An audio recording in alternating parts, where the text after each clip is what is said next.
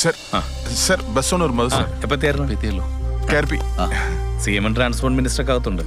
കാര്യങ്ങളൊക്കെ ഞാൻ പറഞ്ഞു വെച്ചിട്ടുണ്ട്. ശരി സാർ, പേടിക്കണ്ട, നമുക്ക് നോക്കാം. അതെ, ആദ്യം പുള്ളി ഒന്ന് വിളിക്കാം. സാർ 4-5 മാസമായിട്ട് ജീവനക്കാർക്ക് പെൻഷൻ കൊടുക്കാൻ പോലും പറ്റിയിട്ടില്ല. എത്ര നാളെന്ന് വെച്ചാൽ സാർ ഇത് ചുമന്നുകൊണ്ട് നടക്കുന്നത്? അല്ല രാകേഷേ, ഈ KSRTC പോലുള്ള പൊതുമേഖലാ സ്ഥാപനങ്ങൾ പെട്ടെന്നങ്ങ് പ്രൈവറ്റൈസ് ചെയ്യാന്ന് പറയുമ്പോ എത്രയോ പൊതുമേഖലാ സ്ഥാപനങ്ങൾ വിറ്റ് കാശാക്കുന്നു. ഇതും വിൽക്കാമെന്നേ. പിന്നെ പ്രൈവറ്റൈസ് ചെയ്താൽ നമുക്ക് എല്ലാവർക്കും മെച്ചമാണ് സാർ. പിന്നെ ഇവരും മാക്സിമം സപ്പോർട്ട് ചെയ്യാന്ന് പറഞ്ഞിട്ടുണ്ട്. ഫണ്ട് എത്രയാന്ന് പറഞ്ഞാൽ മതി, ഇവർ അറേഞ്ച് ചെയ്യും. KSRTC പരമാവധി നഷ്ടത്തിൽ പോകണം, എങ്കിലേ കോടതിയും ജനങ്ങളും വിശ്വസിക്കൂ. അതൊക്കെ നമുക്ക് ശരിയാക്കാൻ വെക്കില്ലേ? കോടതി എന്താ പറയുന്നത് നോക്കട്ടെ, നമുക്ക് ചെയ്യാവുന്നതിന് മാക്സിമം ചെയ്യാം.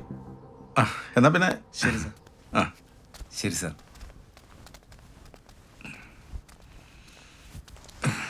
രാകേഷേ, ഈ നക്കാപ്പിച്ച ഫണ്ടിന് വേണ്ടി നമുക്ക് ഈ റിസ്ക് എടുക്കണോ?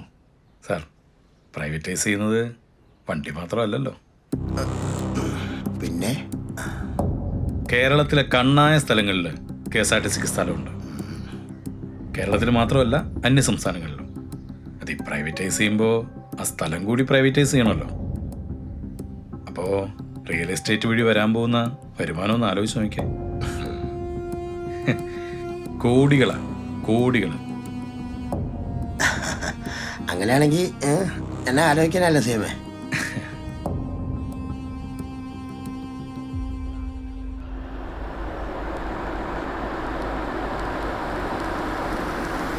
നമസ്കാരം. സർ, KSRTC ഓഫീസേഴ്സ് നമ്മുടെ യൂണിയൻകാരുവാ. നിങ്ങൾ ഓഫീസിലോട്ടിരുന്നു, ഒരു 5 മിനിറ്റ് ഞാൻ പോരാം. വാ, ചെറിയൊരു കോളുണ്ട്. സാബു കാര്യങ്ങളൊക്കെ പറഞ്ഞല്ലോ അല്ലേ? നിങ്ങളെല്ലാരും മാക്സിമം ഒന്ന് സഹകരിച്ചേ പറ്റുള്ളൂ. എങ്ങനെയായാലും KSRTC നഷ്ടത്തിൽ പോയേ പറ്റൂ. സാർ, കാര്യം ഒരു കോളുണ്ട്. Hello, MLA രാകേഷാ. ഒന്ന് ചെയ്തു കൊടുത്തേര്, നമ്മുടെ വേണ്ടപ്പെട്ട ആളാ. ശരി. ആരോട്? ഇനി അങ്ങോട്ട് ഈ പെൻഷൻ ഒക്കെ കിട്ടുന്ന കാര്യം വലിയ കഷ്ടമാണ്. അതുകൊണ്ട് ഈ സമയത്ത് മേടിച്ചെടുക്കാൻ പറ്റുന്നതൊക്കെ മേടിച്ചെടുക്കുക. നമ്മളെല്ലാവരും ഒരുമിച്ച് നിന്നാൽ എല്ലാവർക്കും അത് ഗുണമാവും. കുറച്ച് ആത്മാർത്ഥക്കാരുണ്ട്, എന്തു പറഞ്ഞാലും മനസ്സിലാകില്ല. അതൊക്കെ നിങ്ങൾ വിചാരിച്ചാൽ നടക്കും. നമുക്കത് മാക്സിമം റൂട്ട് വെട്ടി കുറച്ചാൽ മതി, നഷ്ടത്തിലായിക്കോളും. എന്താന്ന് വെച്ചാൽ നിങ്ങൾ ആലോചിച്ച് ചെയ്താൽ മതി. സാബുവിനെ വിളിച്ചാൽ മതി, സാബു കോർഡിനേറ്റ് ചെയ്തോളൂ. എന്നാ ശരി. ശരി. സന്തോഷം. സാറേ, നമ്മൾ എന്തായാലും മന്ത്രിസ്ഥാനത്തിന് വേണ്ടിട്ട് പ്രഷർ കൊടുത്തേ പറ്റും.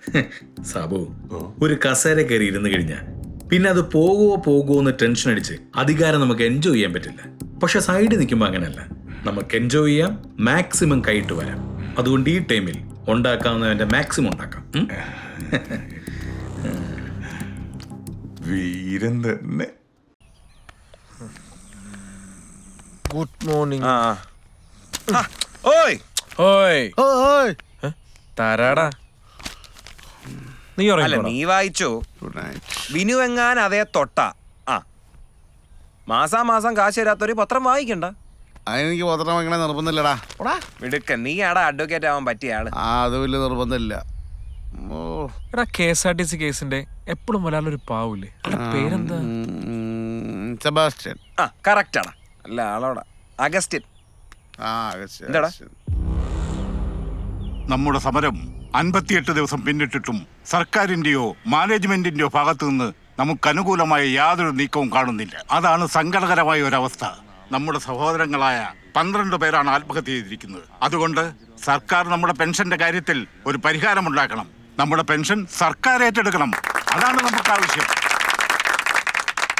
ഒരായുഷ്കാലം മുഴുവൻ ഈ പ്രസ്ഥാനത്തിന് വേണ്ടി അധ്വാനിച്ച് ചോര നീരാക്കി പാടുപെട്ടവരാണ്. മരുന്നിനും മറ്റു വീട്ടാവശ്യങ്ങൾക്കും വേണ്ടി മുമ്പിൽ കൈനീട്ടേണ്ട ഒരു അവസ്ഥയാണ് ഇപ്പൊ വന്നിരിക്കുന്നത്. നമ്മുടെ പ്രശ്നങ്ങൾക്ക് കൃത്യമായ ഒരു പരിഹാരം ഉണ്ടാകുന്നതുവരെ നമ്മുടെ ഈ പോരാട്ടം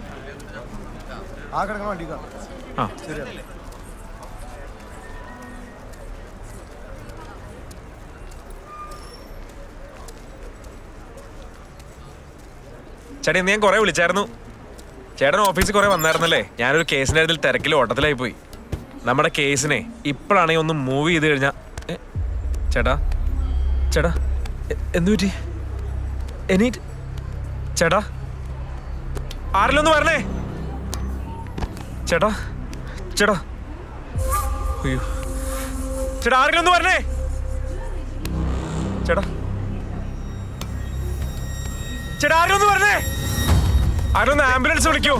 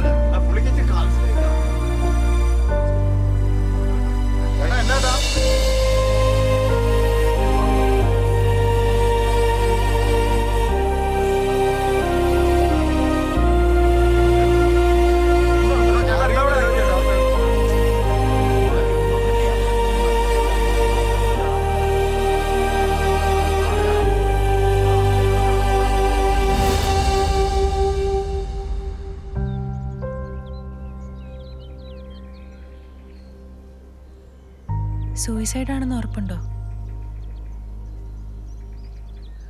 സൂയിസൈഡ് ചെയ്താ? എബി, കഴിഞ്ഞത് കഴിഞ്ഞു, അത് വിട്ടുകള. എനിക്കൊന്നും ചെയ്യാൻ പറ്റില്ല. ഇനി എന്ത് ചെയ്യാൻ പറ്റുമെന്ന് ചിന്തിക്കബി. ഈ കേസ് ടേക്കപ്പ് ചെയ്തൂടെ എബിക്ക്? പറ്റും. അതിനാ ഫാമിലി വില്ലിങ് ആവണം. അടുത്ത കാലത്താണ് അദ്ദേഹത്തിന് ക്യാൻസർ ആണെന്ന് അറിഞ്ഞത്. പെൻഷൻ കൂടി കിട്ടാതായപ്പോൾ ചികിത്സിച്ചിട്ടുള്ള വീടും പറമ്പും കൂടി കളയണ്ടെന്ന് കരുതിയിട്ടായിരിക്കും. ഒരുപക്ഷെ അദ്ദേഹത്തിന് സഹിക്കാൻ പറ്റിയില്ലായിരിക്കും. എന്നാലും ഇങ്ങനെ ചെയ്യുമെന്ന് വിചാരിച്ചില്ല.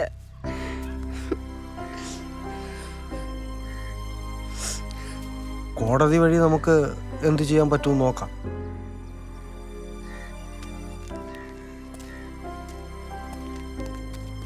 വേണ്ട സാറേ, ഇങ്ങനെ കൈനീട്ടാതിരിക്കാൻ വേണ്ടിയാണ് അദ്ദേഹം അങ്ങനെ ചെയ്തത്. ഇനി ആത്മഹത്യയുടെ പേരും പറഞ്ഞ് ഞങ്ങളെ വിഷമിപ്പിക്കരുത് സാർ. മക്കളൊക്കെ വളർന്നു വരുന്ന പ്രായമാണ്. അച്ഛൻ്റെ കേസ് നടത്താൻ വേണ്ടിയിട്ട് ഞങ്ങളെ കൊണ്ട് പറ്റുന്നതൊക്കെ ഞങ്ങൾ ചെയ്യാം സാറേ.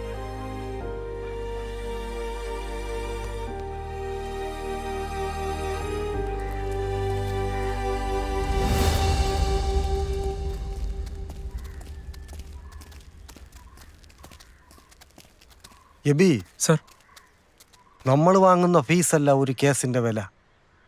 അതിന് ചിലപ്പോൾ ഒരു ജീവൻ്റെ വിലയുണ്ടാവും. Sorry sir.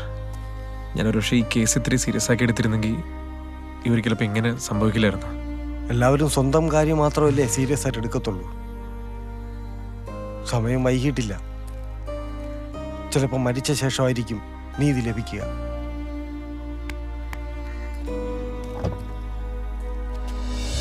വാ.